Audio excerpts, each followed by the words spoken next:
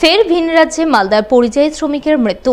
এবার ভিন রাজ্য মধ্যপ্রদেশে টাওয়ার ভেঙে মৃত্যু হলো মালদার ৩ পরিযায়ী শ্রমিকের। ঘটনায় শোকের ছায়া নেমে এলো ইংরেজবাজার ব্লকের অমৃতি এবং ফুলবাড়িয়া গ্রাম পঞ্চায়েত এলাকায়। জানা গেছে, অমৃতি গ্রাম পঞ্চায়েতের বানিয়াগ্রাম এলাকার বাসিন্দা পেশায় পরিযায়ী শ্রমিক আজমির মমিন গত ১৬ দিন আগে মধ্যপ্রদেশের টাওয়ারের কাজে যান।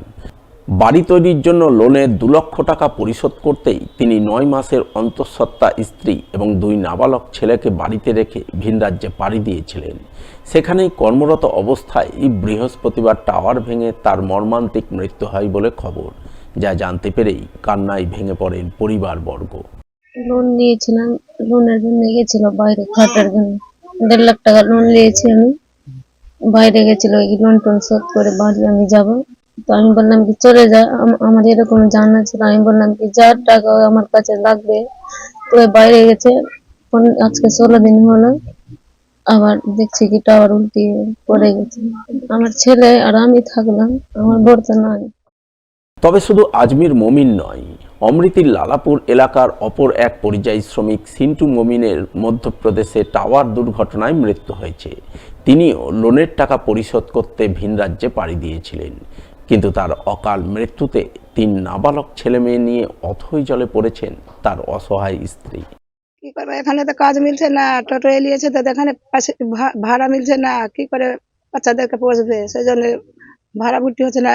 কিস্তি টোটো নিয়েছে, এখানে টোটো নিয়ে যাচ্ছে তো ইনকাম হয়নি, তার জন্য চলে গেছে বাহার। কি যে হয়, আমাকে তো কিস্তি দিতে হবে, তো ওখান থেকে বেশি টাকা পাবো তো কিস্তি দেবে, আমার সংসারে চলবে, এটার জন্য বাহার গিয়েছিল।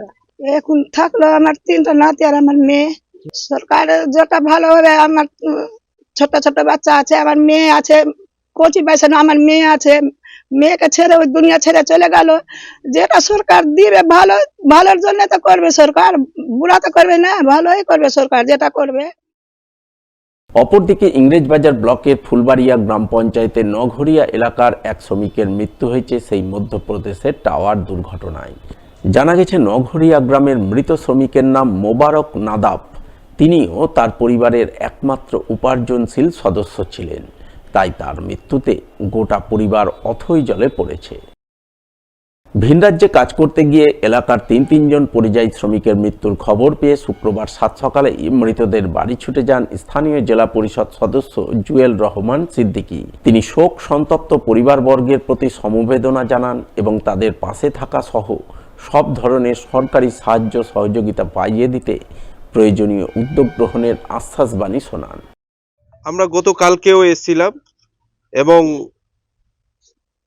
খবর শোনা মাত্রই আমরা সবাই একজোট হয়ে আমরা পরিবারের সাথে, পরিবারের পাশে সব সময় আছি এবং আগামী দিনও সব সময় থাকব।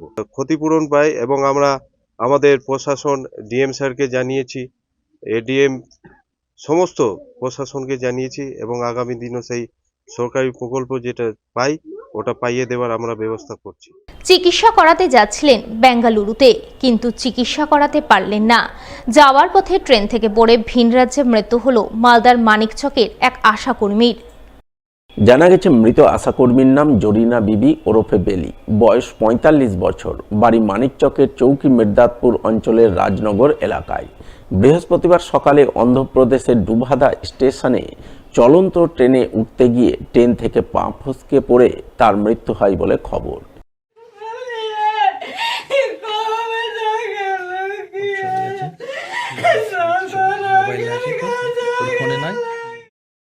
পরিবারবর্গের দাবি, পেশায় আশাকর্মী জরিনা বিবি দীর্ঘদিন ধরে পেটের রোগে ভুগছিলেন, তাই তিনি বেঙ্গালুরুতে চিকিৎসা করাতে যাচ্ছিলেন। গত বুধবার হাওড়া স্টেশন থেকে হাওড়া যশবন্তপুর ট্রেনে চেপে বসেছিলেন।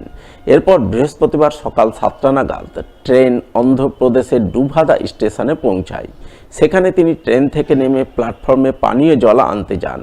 এর মধ্যে ট্রেন ছেড়ে দেয়। তিনি তড়িঘড়ি করে চলন্ত ট্রেনে উঠতে যাচ্ছিলেন। ওই সময় আচমকা পা ফসকে তিনি চলন্ত ট্রেন থেকে পড়ে ঘটনাস্থলেই মারা যান। স্বভাবতই এই ঘটনায় কান্নায় ভেঙে পড়েন মৃতার পরিবারবর্গ। শোকের ছায়া নেমে আসে গোটা এলাকায়। কালকে আমার বৌদি বেঙ্গালুরু যাচ্ছিল এলাজ করার জন্য। কাল সকালবেলা 6:30টার সময় শতাব্দী ধরে হাওড়া গেছিল। ওখান থেকে বিকাল 3টার সময় জশমতপুর হাওড়া গাড়িতে উঠেছিল। আচ্ছা। আজকে সকাল 7টার সময় দুবারা স্টেশনে ওখান থেকে ওঠার সময় পড়ে মৃত্যু হয়ে গেছে। ট্রেনটা ওখানে দাঁড়িয়েছিল, আচ্ছা। জল আনতে গেছিল। জল আনার পরে যখন গাড়ি ছেড়ে দিল তখন ওঠার সময় পড়ে গেছে। আশাতে আশা কর্মী ছিলেন।